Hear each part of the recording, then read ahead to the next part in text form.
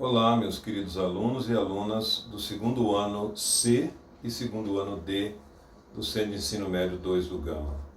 Estamos aqui para dar prosseguimento ao nosso curso em tempos de pandemia.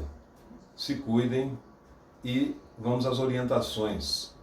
Vocês já fizeram as aulas antes da parada? Já têm o conhecimento sobre Iluminismo, Revolução Francesa, período napoleônico, independência dos Estados Unidos e Revolução Industrial. O estudo dirigido que vocês já realizaram é sobre justamente esse conteúdo. Falta-nos realizar a prova bimestral quando a direção assim achar conveniente. Ela vai ser ou presencial, quando a pandemia passar, ou online. Vamos apenas aguardar, não se preocupem, é conhecimento sedimentado, vocês já estudaram. Agora, como vivemos uma semestralidade, precisamos avançar e organizar o segundo e o último bimestre, que vai tratar de Império do Brasil. O tempo de dois reis, Dom Pedro I e Dom Pedro II, e entre os dois o período regencial. E ainda, quando isso acontecia no Brasil, o que é que rolava no planeta, no mundo? Então vocês têm o livro adotado na escola. E nesse livro, os capítulos 9, 10 e 11 são nosso objeto. É preciso não se desesperar, manter a calma, mas também é preciso estudar. Leia o material que você tem em mãos. Capítulo 9, Independência e Primeiro Reinado. Capítulo 10, a Europa no século XIX, as revoluções liberais, o nacionalismo e o socialismo. E, por fim, o capítulo 11, da regência ao segundo reinado. São esses os três capítulos do nosso segundo bimestre. Ou seja, no Brasil, o império e no mundo, o imperialismo, o caminho da Primeira e da Segunda Guerra Mundial. Pois bem, visto isso, é preciso retomar uma rotina de estudos. Além do material que eu vou postar, vou sugerir também aulas no YouTube e você deve ler o livro adotado pela escola. No mais, vai ser tranquilo e nós poderemos alcançar a vitória no final. Devem me mandar o resultado do estudo dirigido. Vejo que alguns ainda não fizeram. Estamos no prazo. É até o dia 29 de maio. Pois bem, um pequeno comentário inicial. O período joanino se inicia em 1808. É a vinda da família real portuguesa para o Brasil fugindo de Napoleão com apoio dos ingleses. Muita gente boa diz que a independência do Brasil deveria ser antedatada de 14 anos, porque a abertura dos portos em 1808 realmente é importante. Rompeu o pacto colonial, tornou o Brasil sede da coroa portuguesa. As ordens partiam do Rio de Janeiro e não mais de Lisboa. É claro que isso causou uns ciúmes da corte metropolitana, mas o Brasil passou a ficar em evidência e se acostumou com o clima de independência. Não era algo inédito, já tinha acontecido nos Estados Unidos. O restante da América Latina também estava em processo de independência. Portanto, a nossa independência foi mais uma no quadro das independências da América Latina, todas elas inspiradas no Iluminismo e no exemplo do Norte, no exemplo dos Estados Unidos da América. Pois bem, tivemos, com o grito do Ipiranga, com o início da ruptura, a necessidade de organizar o novo país.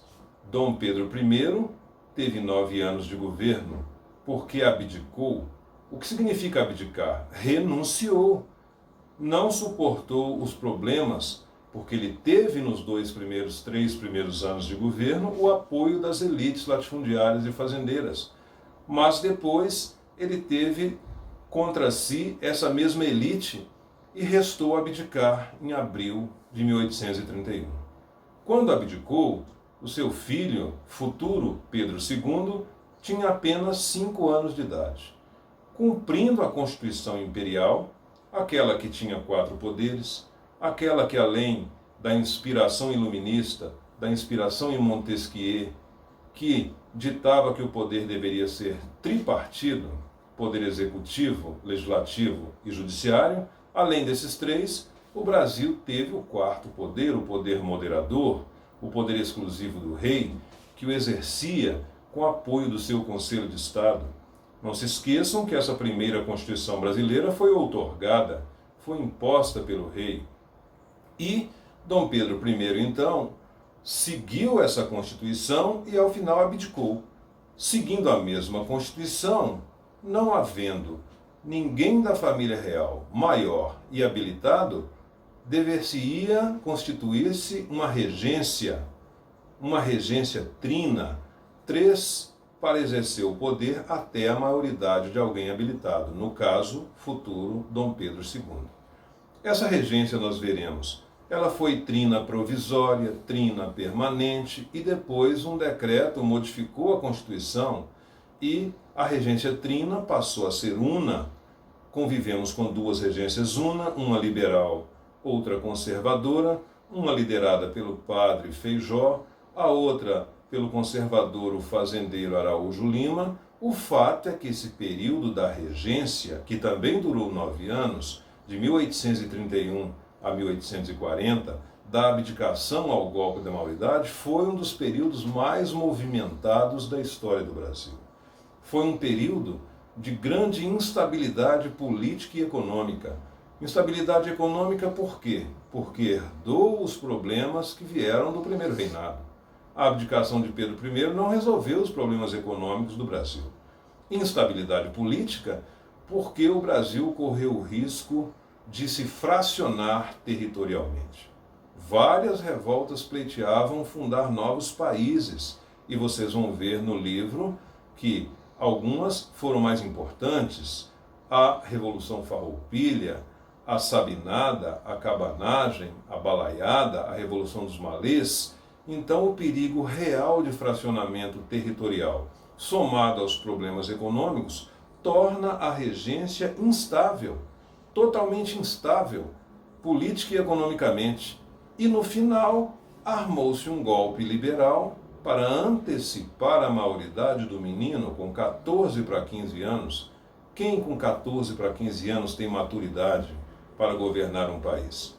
Dom Pedro II teve a sua maioridade antecipada, um golpe do liberal, do Partido Liberal, e naquela época liderado por José de Alencar, não o escritor famoso, mas o pai dele, homônimo, tinha o mesmo nome. E aí Dom Pedro II começa a governar em 1840 com um gabinete todo liberal. Pouco tempo depois trocou por um gabinete conservador. E a grande característica do segundo reinado, que durou 49 anos, do golpe da maioridade em 1840 até o golpe da proclamação da República em 1889, 49 anos de governo, um dos mais longos da história da humanidade. A rainha da Inglaterra teve um mandato tão longo, um governo tão longo, mas o brasileiro é expressivo. Dom Pedro II assumiu com 15 anos e passou 49 anos no poder. Então, esse menino rei precisou do apoio dos dois partidos, liberal e conservador, até que ele amadurecesse, estudasse. E 10 anos depois, a partir de 1850, o seu governo encontra o auge. Entre 1850 e 1870, constituiu-se um parlamentarismo às avessas, é verdade, onde o poder legislativo não era determinante, o poder moderador que era. Entre 1850 e 1870, o Brasil se desenvolveu, criou-se uma espécie de revolução industrial liderada por Mauá, os lucros do café, a pacificação levada a cabo pelo Exército Brasileiro, a figura de Caxias, até a Guerra do Paraguai, tornaram o governo brasileiro respeitado no Brasil e no exterior.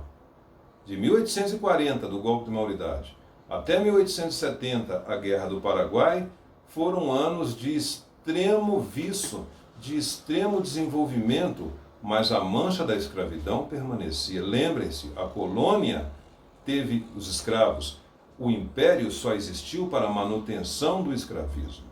O fator de unidade nacional era a escravidão. Então a luta contra a escravidão se deu sim nos anos do segundo reinado.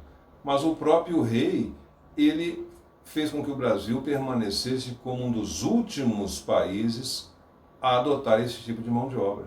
A Revolução Industrial já pleiteava mão de obra livre, não por bondade, por motivos humanitários, mas porque agora se preferia alguém com salário para poder consumir. A verdade é que as 4 leis que nós vamos estudar, a Lei Eusébio de Queiroz, a Lei do Ventre Livre, a Lei dos Sexagenários e a Lei Áurea, foram frutos de uma lei internacional, a Bill Aberdeen, que forçou o Brasil a fazer as suas leis anti-escravidão. Depois da Guerra do Paraguai, depois de 1870, até o fim do Império no Brasil, nós vamos consagrar fatores de desgaste. O Império ficou anacrônico, atrasado, não resolvia mais as grandes questões, e essas questões provocaram o fim do Império no Brasil.